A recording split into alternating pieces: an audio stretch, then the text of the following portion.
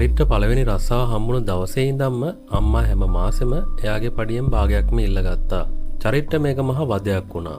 යාළුවෝ අලුත් phone ගද්දී trip යද්දී චරිත් හිටියේ හිස් අතින්. අම්මට මොකටද මෙච්චර සල්ලි? ගෙදරට කෑම ගේන්නෙත් මමනේ. අම්මා මේ සල්ලි හංගගෙන මාව සූරගෙන කනවා. චරිත් හැමදාම යාළුවොත් එක්ක අම්මා ගැන කතා කළේ මහා තරහකින්. දවසක් චරිත්ට අලුත් බයික් එකක් ගන්න ඕන වෙලා අම්මා ගාව තිබුණු සල්ලි ටික ඉල්ලුවා. හැබැයි අම්මා සතයක්වත් දුන්නේ නැහැ. චරිත්ට හොඳටම කේන්ති ගියා. ඔයා අම්මා කෙනෙක් නෙවෙයි. මගේ සල්ලි වලට පිරේතකමේ ඉන්න මසුරු ගෑණියක් කියලා මහා හයියෙන් කෑ ගහපු චරිත් බඩුත් පැක් කරගෙන ගෙදරින් යන්න ගියා. කාලය ගෙවුණා. අම්මා කෝල් කළත් චරිත් ආන්සර් කළේ නැහැ. අවුරුදු 3ක් ගියා. එක දවසක් චරිත්ට කෝල් එකක් ආවා. අම්මා හાર્ට් ඇටැක් එකකින් නැති වෙලා කියලා. අම්මගේ මිනිය වලලලා චරිත් තනියම ගෙදර ඇවිත් අම්මාගේ පරණ අල්මාරිය ඇරියා. එතන තිබුණා රෙදි කෑල්ල ගොතපු ලොකු පාර්සලයක්. චරිත් හිතුවේ Tamanගේ ගසා කාපු සල්ලි ටික අම්මා ඒකේ හංගලා ඇති කියලා. ඒක ඇතුලේ තිබුණේ බැංකු පොතකේ කහපාට වෙච්ච ලියුමකුයි.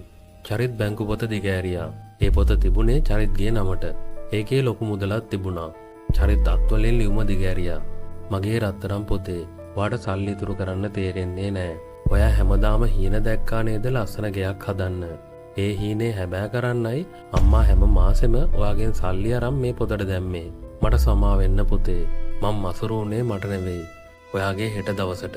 Tamanට පරණ ඇඳුම් අඳිමින් කන්න නැතුව ඉඳිමින් ඒ අම්මා හැදුවේ Tamanට බැලලා ගිය Tamanගේ පුතාගේ අනාගතය. චරිතෙදා අම්මගේ පරණ සාරිය බදාගෙන කෑ ගහලා ඇඬුවා. ඒත් වැඩක් නැහැ. මතක තියාගන්න. අම්මලා තාත්තලා දඩබ්බරයි මසුරුයි සරයි කියලා හිතෙන දවසට එයා එක්ක තරහ වෙන්න එපා.